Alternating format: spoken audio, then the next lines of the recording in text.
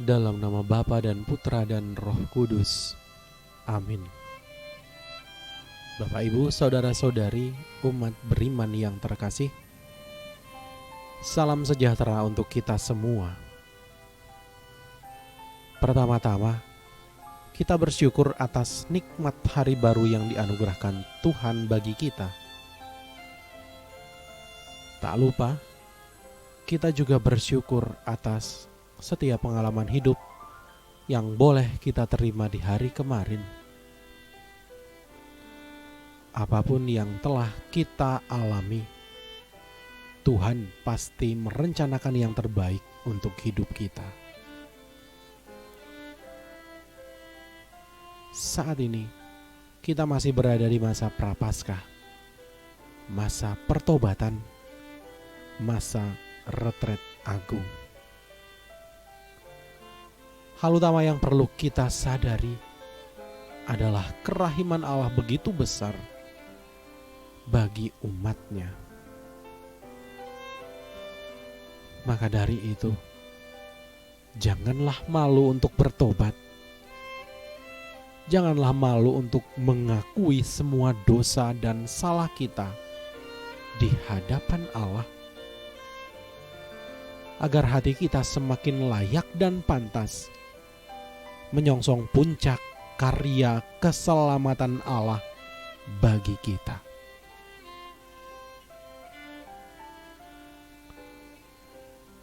Saudara-saudari terkasih, apa sapaan Tuhan untuk kita hari ini?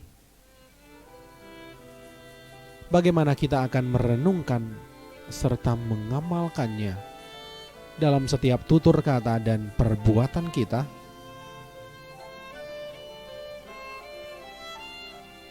Bersama-sama dengan gereja Allah yang kudus, mari hening sejenak, menyiapkan hati kita untuk mendengar sapaannya yang kudus.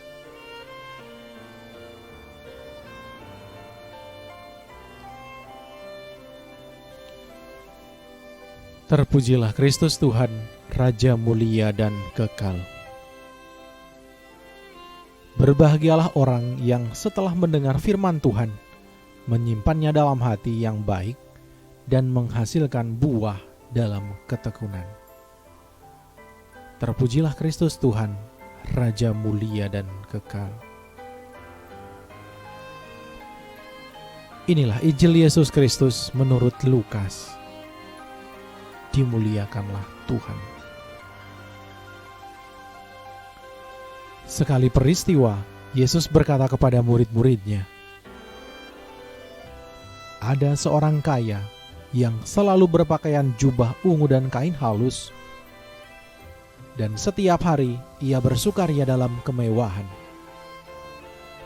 Dan ada seorang pengemis bernama Lazarus, badannya penuh dengan borok. Ia berbaring dekat pintu rumah orang kaya itu dan ingin menghilangkan laparnya dengan apa yang jatuh dari meja orang kaya itu. Malahan anjing-anjing datang dan menjilat boroknya. Kemudian matilah orang miskin itu, lalu dibawa oleh malaikat-malaikat ke pangkuan Abraham. Orang kaya itu juga mati, lalu dikubur. Sementara menderita sengsara di alam maut, ia memandang ke atas, dan dari jauh dilihatnya Abraham dengan Lazarus duduk di pangkuannya. Lalu ia berseru, 'Bapa Abraham, kasihanilah aku. Suruhlah Lazarus mencelupkan ujung jarinya ke dalam air dan menyejukkan lidahku, sebab aku sangat kesakitan dalam nyala api ini.' Tetapi Abraham berkata, 'Anakku, ingatlah, engkau telah menerima segala yang baik semasa hidupmu, sedangkan Lazarus segala yang buruk. Sekarang ia mendapat hiburan dan engkau sangat menderita. Selain daripada itu, di antara kami dan engkau terdapat jurang yang tak dapat diseberangi, sehingga mereka yang mau pergi dari sini kepadamu, ataupun mereka yang mau datang dari situ kepada kami, tidak dapat menyeberang. Kata orang itu, kalau demikian, aku minta kepadamu Bapa, supaya engkau menyuruh dia ke rumah ayahku, sebab masih ada 5 orang saudaraku, supaya ia memperingatkan mereka dengan sungguh-sungguh, agar mereka kelak jangan masuk ke dalam tempat penderitaan itu. Tetapi kata Abraham, ada pada mereka kesaksian Musa dan para nabi. Baiklah mereka mendengarkan kesaksian itu. Jawab orang itu, tidak, Bapak Abraham. Tetapi jika ada seorang yang datang dari antara orang mati kepada mereka, mereka akan bertobat. Kata Abraham kepadanya, jika mereka tidak mendengarkan kesaksian Musa dan para nabi, mereka tidak juga akan mau diyakinkan, sekalipun oleh seorang yang bangkit dari antara orang mati.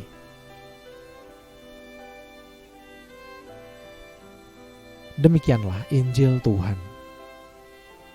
Terpujilah Kristus.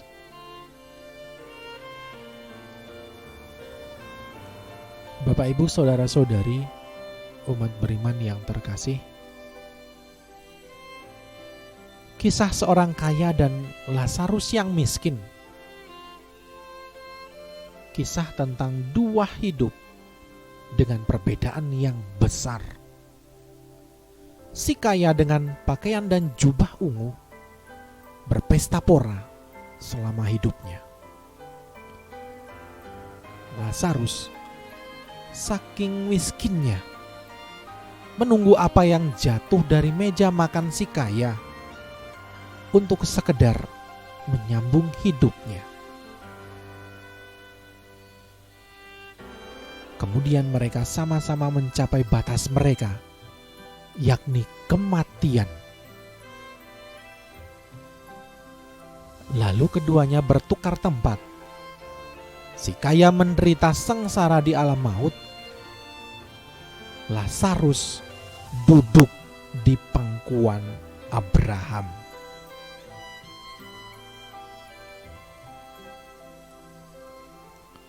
Saudara-saudari yang terkasih, tidak serta-merta sesederhana itu. Yang hidup kaya akan mati menderita, dan yang hidup miskin akan mati bahagia.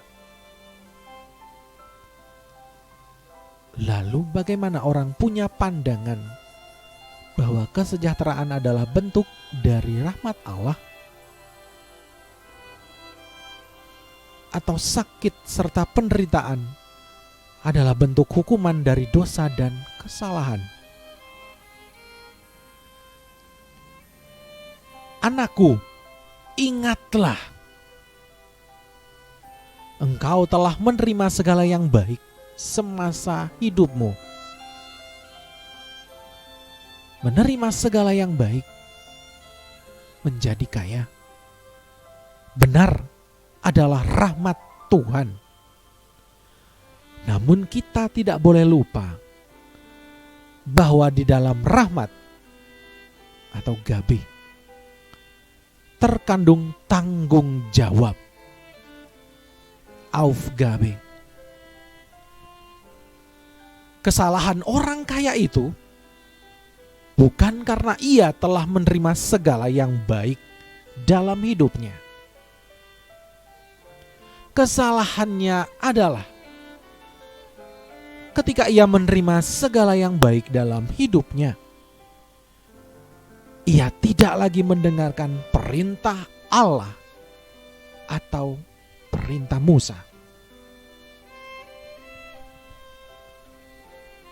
Ia menutup mata dan hatinya terhadap penderitaan Lazarus.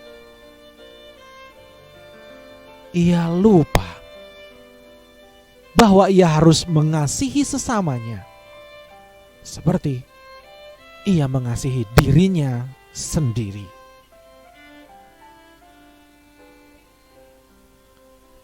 Bukankah itu hukum yang utama?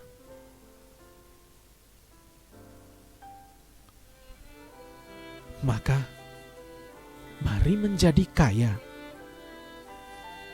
namun jangan menjadi serakah.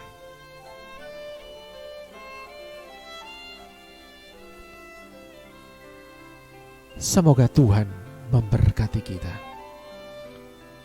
Amin.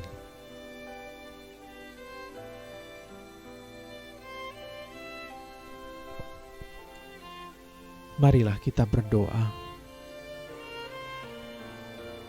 Ya Allah, kami mengucap syukur atas segala rahmat yang boleh kami terima dalam kehidupan kami. Engkau adalah Allah yang menjamin hidup kami dengan segala kesejahteraan. Semoga di tengah berlimpahnya kasih dan rahmat-Mu, kami tidak lupa untuk memperhatikan sesama kami. Demi Kristus Tuhan dan Juru Selamat kami. Amin. Kemuliaan kepada Bapa dan Putra dan Roh Kudus, seperti pada permulaan, sekarang, selalu, dan sepanjang segala abad. Amin. Dalam nama Bapa dan Putra dan Roh Kudus. Amin.